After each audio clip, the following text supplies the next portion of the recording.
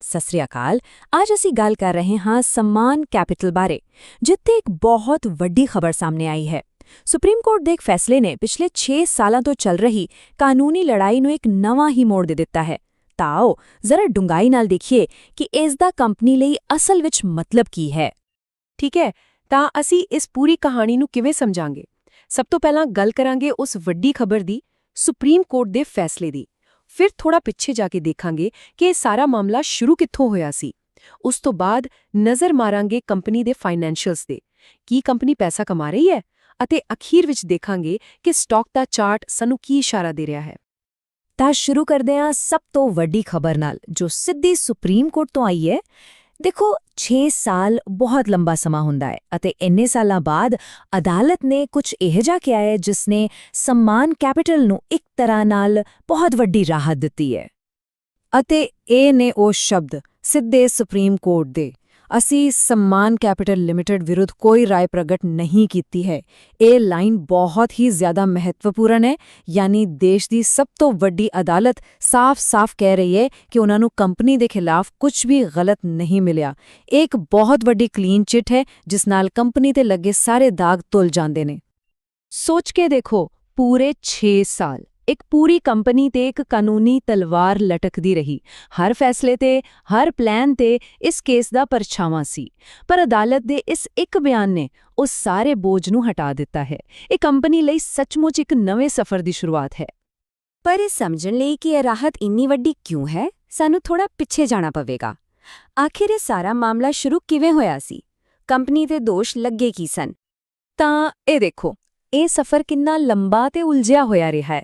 2019 ਵਿੱਚ ਇੱਕ PIL ਯਾਨੀ ਜਨ ਹਿਤ ਪਟੀਸ਼ਨ ਨਾਲ ਮਾਮਲਾ ਸ਼ੁਰੂ ਹੁੰਦਾ ਹੈ। ਫਿਰ ਕਈ ਸਾਲਾਂ ਤੱਕ RBI ਅਤੇ SEBI ਵਰਗੀਆਂ ਵੱਡੀਆਂ ਏਜੰਸੀਆਂ ਜਾਂਚ ਕਰਦੀਆਂ ਨੇ ਤੇ ਕਹਿੰਦੀਆਂ ਨੇ ਕਿ ਕੁਝ ਗਲਤ ਨਹੀਂ ਹੈ। ਦਿੱਲੀ ਹਾਈ ਕੋਰਟ ਵੀ ਕੇਸ ਖਾਰਜ ਕਰ ਦਿੰਦੀ ਹੈ, ਪਰ ਫਿਰ ਵੀ ਮਾਮਲਾ ਸੁਪਰੀਮ ਕੋਰਟ ਪਹੁੰਚ ਜਾਂਦਾ ਹੈ ਅਤੇ ਹੁਣ ਆਖਿਰਕਾਰ ਉੱਥੋਂ ਵੀ ਸਥਿਤੀ ਸਾਫ਼ ਹੋ ਗਈ ਹੈ। ਤਾਂ ਫਿਰ ਸੁਪਰੀਮ ਕੋਰਟ ਦੇ ਇਸ ਫੈਸਲੇ ਦਾ ਅਸਲ ਵਿੱਚ ਮਤਲਬ ਕੀ ਹੈ? ਚਲੋ ਇਸ ਦੇ ਸਭ ਤੋਂ ਜ਼ਰੂਰੀ ਪੁਆਇੰਟਸ ਨੂੰ ਇੱਕ-ਇੱਕ ਕਰਕੇ ਸਮਝਦੇ ਹਾਂ। ਅਤੇ ਇਹ ਹੈ ਸਭ ਤੋਂ ਵੱਡਾ ਬਦਲਾ। ਦੇਖੋ, ਪਹਿਲਾਂ ਪੂਰੀ ਦੀ ਪੂਰੀ ਕੰਪਨੀ ਤੇ ਸਵਾਲ ਚੁੱਕੇ ਜਾ ਰਹੇ ਸਨ, ਉਹਨਾਂ ਦੇ ਲੋਨ ਦੇਣ ਦੇ ਤਰੀਕਿਆਂ ਤੇ, ਉਹਨਾਂ ਦੇ ਕੰਮਕਾਜ ਤੇ।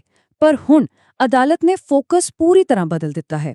ਹੁਣ ਜਾਂਚ ਸਿਰਫ ਸਾਬਕਾ ਪ੍ਰਮੋਟਰ ਯਾਨੀ ਪੁਰਾਣੇ ਮਾਲਿਕ ਸ਼੍ਰੀ ਸਮੀਰ ਗਹਿਲੋਤ ਤੇ ਹੈ, ਉਹ ਵੀ ਇਹ ਦੇਖਣ ਲਈ ਕਿ ਕੀ ਉਹਨਾਂ ਦੇ ਕਿਸੇ ਨਿੱਜੀ ਲੈਣ-ਦੇਣ ਵਿੱਚ ਕੋਈ ਗੜਬੜ ਸੀ। ਇਸ ਦਾ ਸਿੱਧਾ ਮਤਲਬ ਇਹ ਹੈ ਕਿ ਹੁਣ ਕੰਪਨੀ ਸਮਾਨ ਕੈਪੀਟਲ ਇਸ ਮਾਮਲੇ ਤੋਂ ਲਗਭਗ ਬਾਹਰ ਹੈ। ਇਹ ਬਹੁਤ ਵੱਡੀ ਗੱਲ ਹੈ। ਤਾਂ ਆਓ ਇਸ ਨੂੰ ਬਿਲਕੁਲ ਸਾਫ਼ ਸ਼ਬਦਾਂ ਵਿੱਚ ਸਮਝੀਏ। ਨੰਬਰ 1, ਕੰਪਨੀ ਦੇ ਖਿਲਾਫ ਕੋਈ FIR ਨਹੀਂ।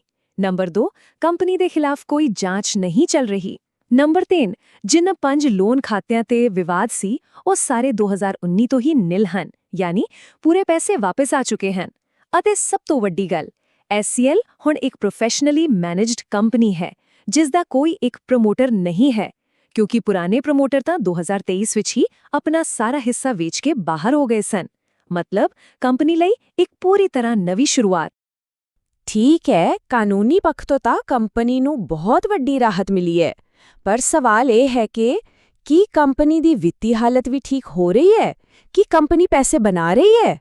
ਆਓ ਹੁਣ ਨੰਬਰਾਂ ਤੇ ਇੱਕ ਨਜ਼ਰ ਮਾਰੀਏ। ਇਸ ਟੇਬਲ ਵਿੱਚ ਬਹੁਤ ਸਾਰੇ ਨੰਬਰ ਨੇ, ਪਰ ਆਪਾਂ ਸਿਰਫ 2 ਚੀਜ਼ਾਂ ਤੇ ਫੋਕਸ ਕਰਦੇ ਹਾਂ, ਫਾਈਨਾਂਸਿੰਗ ਮਾਰਜਨ ਅਤੇ ਨੈਟ ਪ੍ਰੋਫਿਟ ਯਾਨੀ ਸ਼ੁੱਧ ਲਾਭ। ਜ਼ਰਾ ਧਿਆਨ ਨਾਲ ਦੇਖੋ, 2024 ਵਿੱਚ ਮਾਰਜਨ ਨੈਗੇਟਿਵ ਵਿੱਚ ਚਲਾ ਗਿਆ ਸੀ, ਮਤਲਬ ਕੰਪਨੀ ਨੂੰ ਘਾਟਾ ਹੋ ਰਿਹਾ ਸੀ। ਪਰ ਫਿਰ 2025 ਵਿੱਚ ਦੇਖੋ, ਇੱਕਦਮ ਜ਼ਬਰਦਸਤ ਵਾਪਸੀ ਹੋਈ ਹੈ। ਇਹ ਸਿੱਧਾ ਇਸ਼ਾਰਾ ਹੈ ਕਿ ਕੰਪਨੀ ਦੇ ਮੁਨਾਫੇ ਵਿੱਚ ਬਹੁਤ ਵੱਡਾ ਸੁਧਾਰ ਆਇਆ ਹੈ। ਅਤੇ ਇਹ ਗ੍ਰਾਫ ਉਸੇ ਕਹਾਣੀ ਨੂੰ ਹੋਰ ਵੀ ਸਾਫ਼ ਤਰੀਕੇ ਨਾਲ ਦਿਖਾਉਂਦਾ ਹੈ।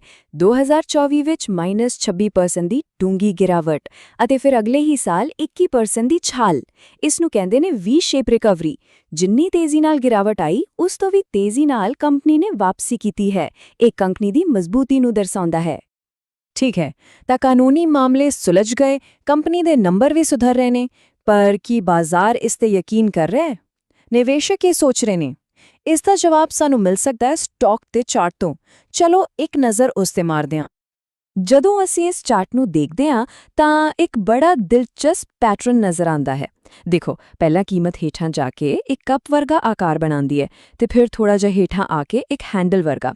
ਤਕਨੀਕੀ ਭਾਸ਼ਾ 'ਚ ਇਸ ਨੂੰ ਕੱਪ ਐਂਡ ਹੈਂਡਲ ਪੈਟਰਨ ਕਹਿੰਦੇ ਨੇ ਅਤੇ ਆਮ ਤੌਰ ਤੇ ਇਸ ਨੂੰ ਇੱਕ ਬਹੁਤ ਮਜ਼ਬੂਤ ਤੇਜ਼ੀ ਦਾ ਸੰਕੇਤ ਮੰਨਿਆ ਜਾਂਦਾ ਹੈ।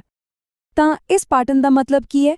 ਦੇਖੋ, 186 ਦਾ ਲੈਵਲ ਇੱਕ ਵੱਡੀ ਰੁਕਾਵਟ ਹੈ, ਇੱਕ ਕੰਧ ਵਾਂਗ।